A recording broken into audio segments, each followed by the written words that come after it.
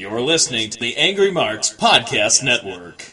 But I love working with Limitless and I love working with Legacy because of the amount of talent that they bring in. And it just amazes me that with all the talent that they're bringing in, that one, I still maintain my spot on the roster. And two, I'm getting over with the crowd. Well, you talk about getting over, man. One of the places that you're starting to frequent a lot is Wrestler's Laboratory up in New York. And I have a couple of friends that travel up to New York and stuff and wrestle in that area. Trevor Eon, Joseph Black, 13th floor. And a lot of these guys, they come back down south and they're like, hey, man, you heard this dude, Mr. Grimm? I'm like, yeah, I met him. I've always known about him and stuff since he got started. I seen him at Beyond, like, the kid's real talented. Yeah, man, this guy's like, just, sometimes when people talk about this guy is made for wrestling, this guy is made for this business. This guy has this business in his blood. A lot of times I hear it and I'm just like, whatever. But you are made for this business. Your look, your size, your gimmick, your athletic ability. If you weren't wrestling, what else could you see yourself doing if you weren't wrestling? If I wasn't wrestling, I'd probably either go back to football or MMA. Now, why is that? Why MMA? Well, because I was actually doing MMA before I got recruited for college. Like, I was training with a guy named Lloyd Irvin, and I was on their white belt competition team, for Brazilian Jiu-Jitsu, and then I was doing Muay Thai as well. So I was actually trying to, start cage fighting. But then, I was still doing, like, playing semi-pro football. We had a bowl game in Florida, and I did really well at the bowl game. And then I got hit up probably like 2 weeks later from a coach telling me that they wanted to bring me in. So I stopped doing that because football was my primary goal anyway. Now I was getting a chance to play football and go to school. But so okay, now with that being said, what is in your opinion? Because I've had a lot of pro wrestlers who were football, college football players, or they did MMA, or they were like two sport athletes in school or in college, semi-pro, as you were saying for yourself. And I'm always asking this question: what's the difference? What's the biggest difference between football, MMA, and professional wrestling, besides the actual sport? I mean, as far as conditioning, mind state, getting ready to compete. What's the difference between those three sports? Well, the difference is, for one, you train different for each sport. Like with wrestling, don't get me wrong, you can do the same workouts, but like with football, they have us doing like short drills versus like speed drills, like short speed drills, and like the conditioning is different. Give me a second, my mind kind of just went blank for a minute. But yeah,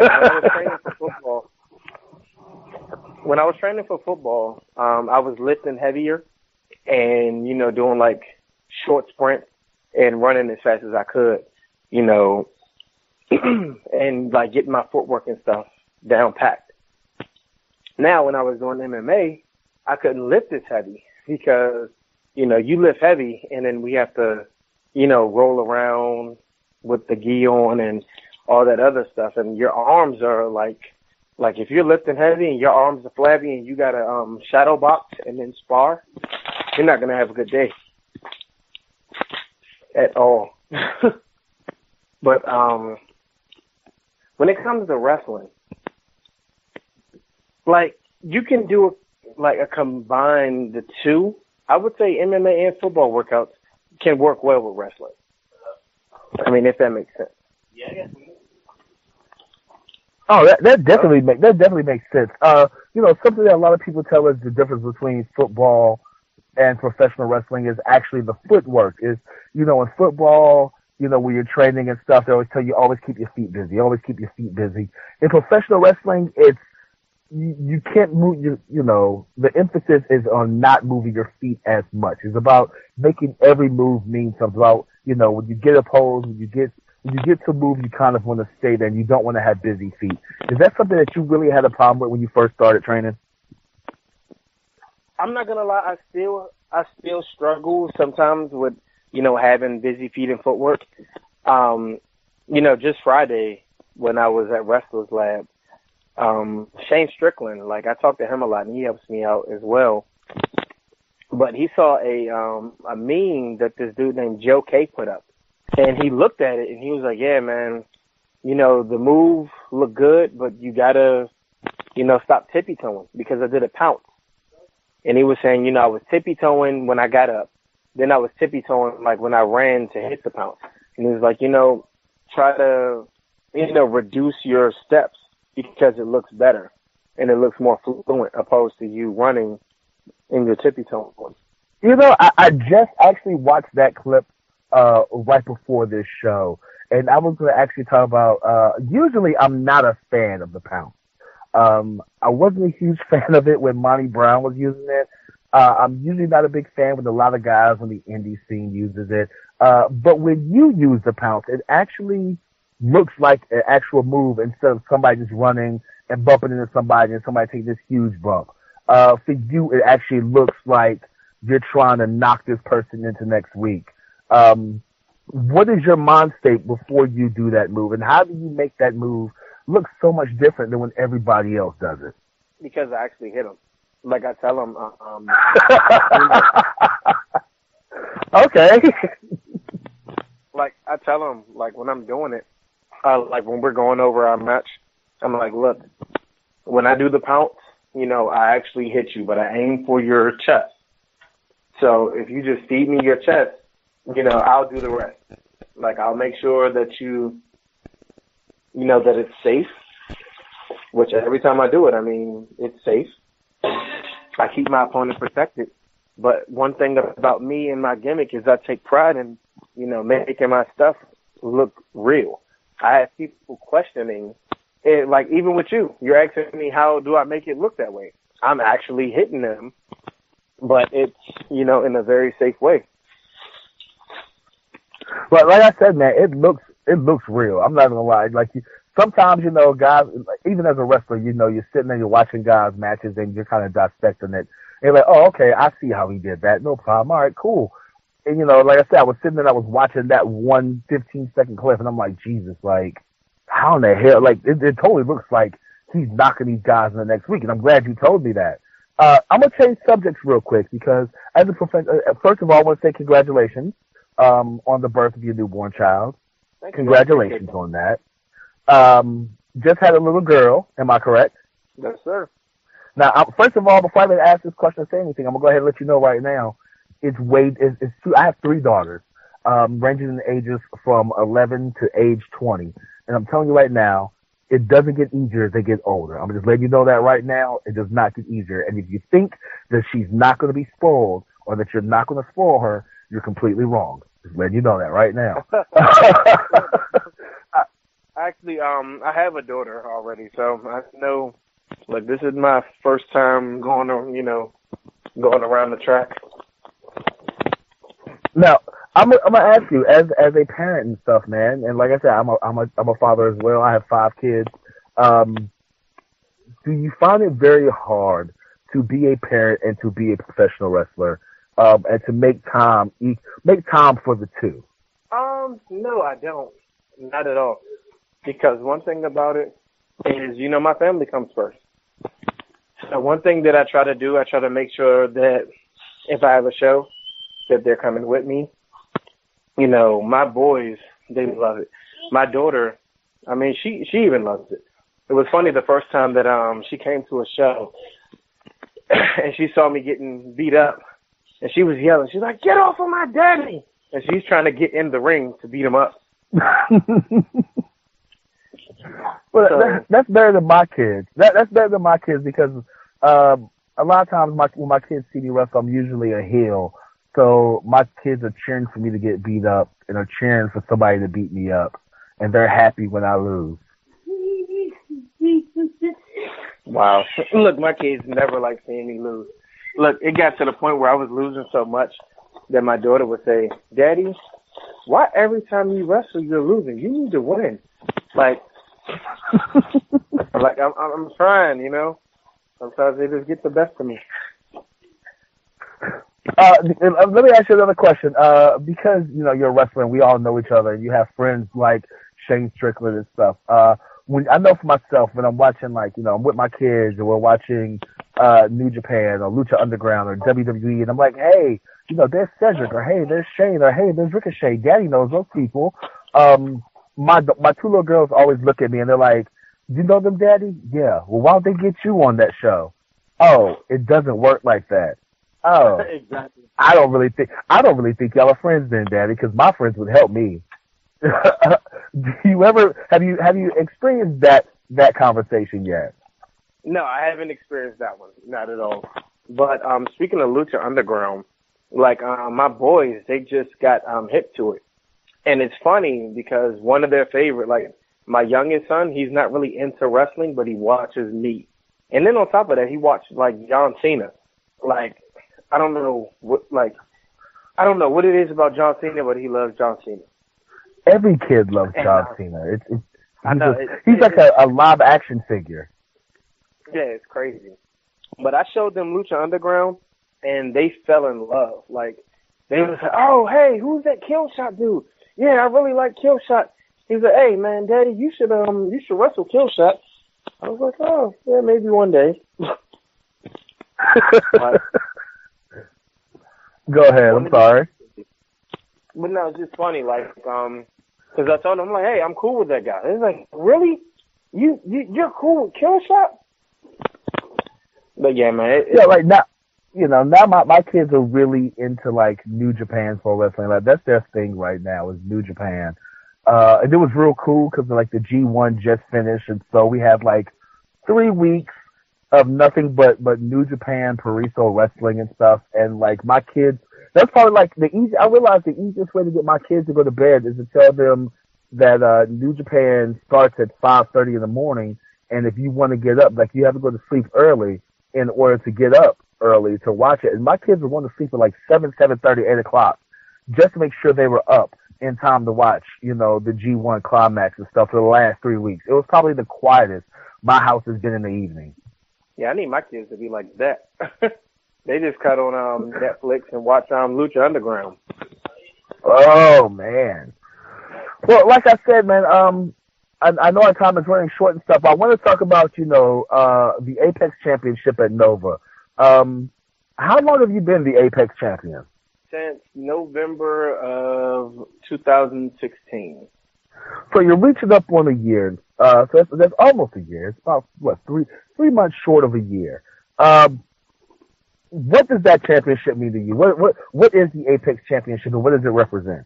Well, Apex, to me it represents, the top dog, the alpha male, the best person in that company. And don't get me wrong, I can honestly say that I earned that, especially from where I started to where I am now, with the company. I ate dirt. I got to the point one time where I was just like, man, forgetting over. I ain't coming back. I'm done. But, I stuck with it. And it's funny because the opportunity for me to get the title came from a tournament that we were having.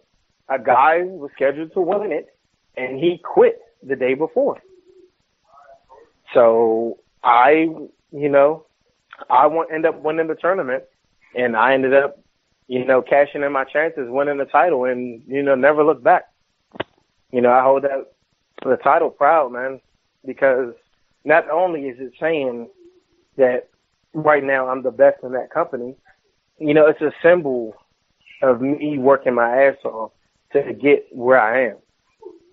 Well, you've definitely been working your ass off. Like I said, man, you're tearing up the Northeast and stuff, man. Before I let you go, I want you to tell all of our fans, where can we catch you up? What's some of the biggest shows and bigger events that you'll be at in the upcoming weeks, man? Okay, so let me pull my schedule up real quick. Now, this Friday coming up, I'm at UCW. That's in Orange, Virginia. And I'm actually I'll be wrestling for their television championship against Ethan Cross. Then the week after that, on the 26th, I have Baltimore Championship Wrestling. I'll be taking on Mike Orlando. Then that Sunday, I'll be going to Nashville, Tennessee, making my debut for Bandit Wrestling. And I'll be taking on John Wayne Murdoch. So that's something I'm, really looking forward to.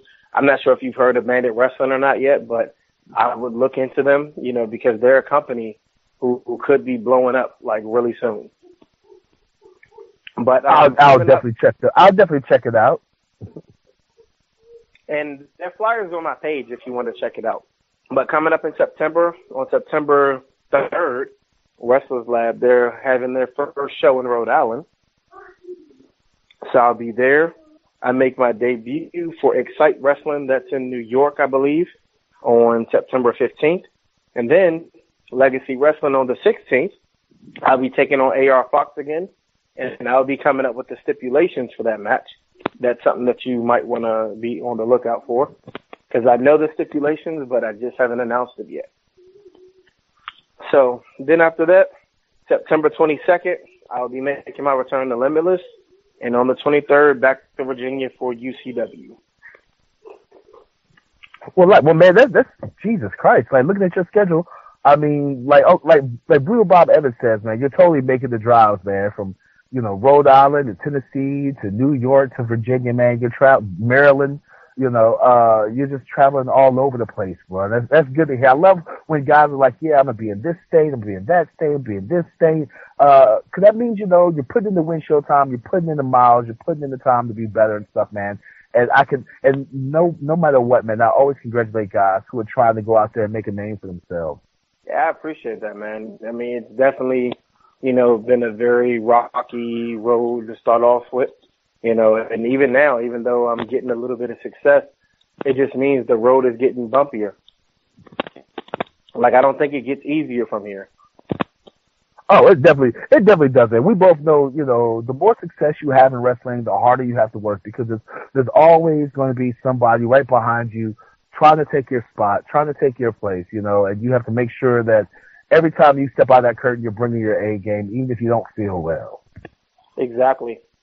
Like, it's been plenty of times I didn't went through the curtain. I was sick, didn't feel good. But one thing about me, if I say I'm going to be there, unless I am literally unable to be there, then I will be there. Exactly. So let our fans, listeners know where they can follow you at on social media, man. This is the time to plug yourself. Twitter, Facebook, YouTube, Instagram, Snapchat, whatever you got. All right, this is my favorite part of every podcast that I do, because I'm going to put it like this. You know how people say Google me? Literally, go onto Google. Go to the Google search, put in the Hitman for Hire, Mr. Graham, with one M. Once you do that, all of my stuff will pop up. You'll see the very first thing is my Facebook page. Then it'll have Twitter. It'll have Instagram, my Pro Wrestling Tee store, my YouTube links, all of that. Well, there you have it, man.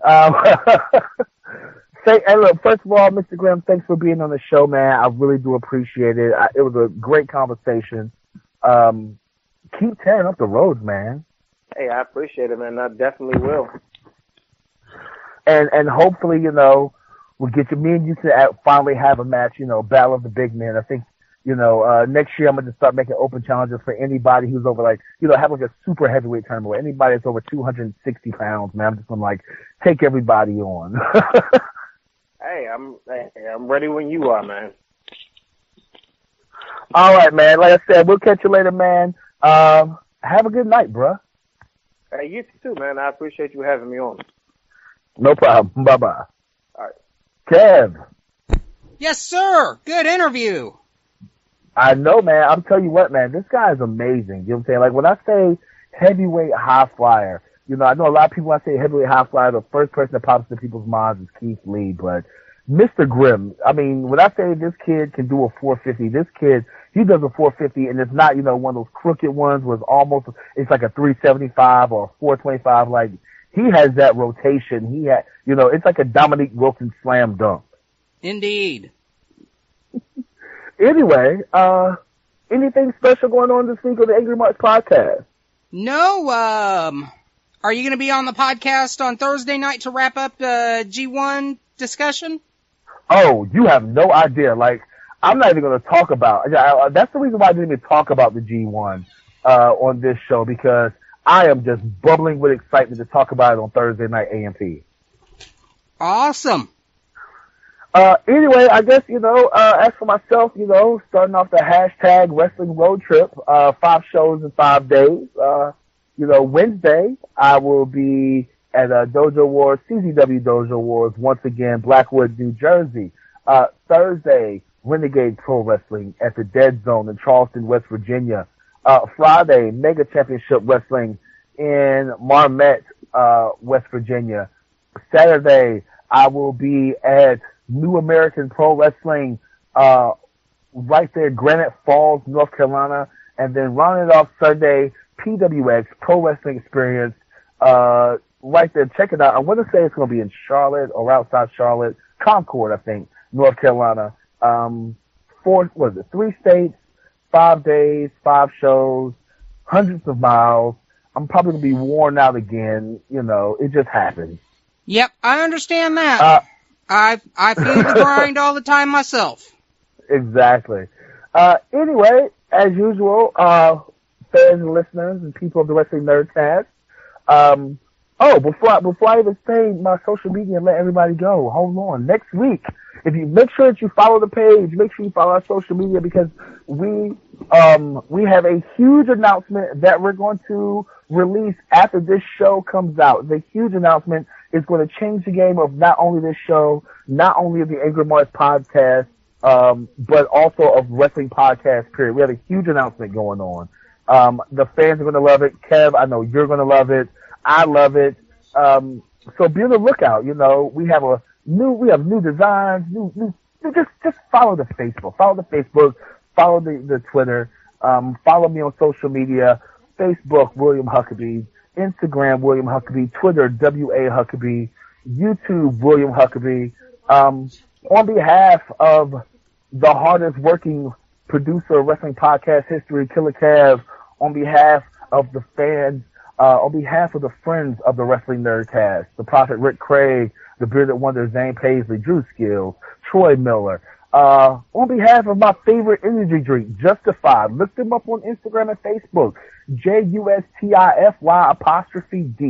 Justified energy drink. Just ordered another case.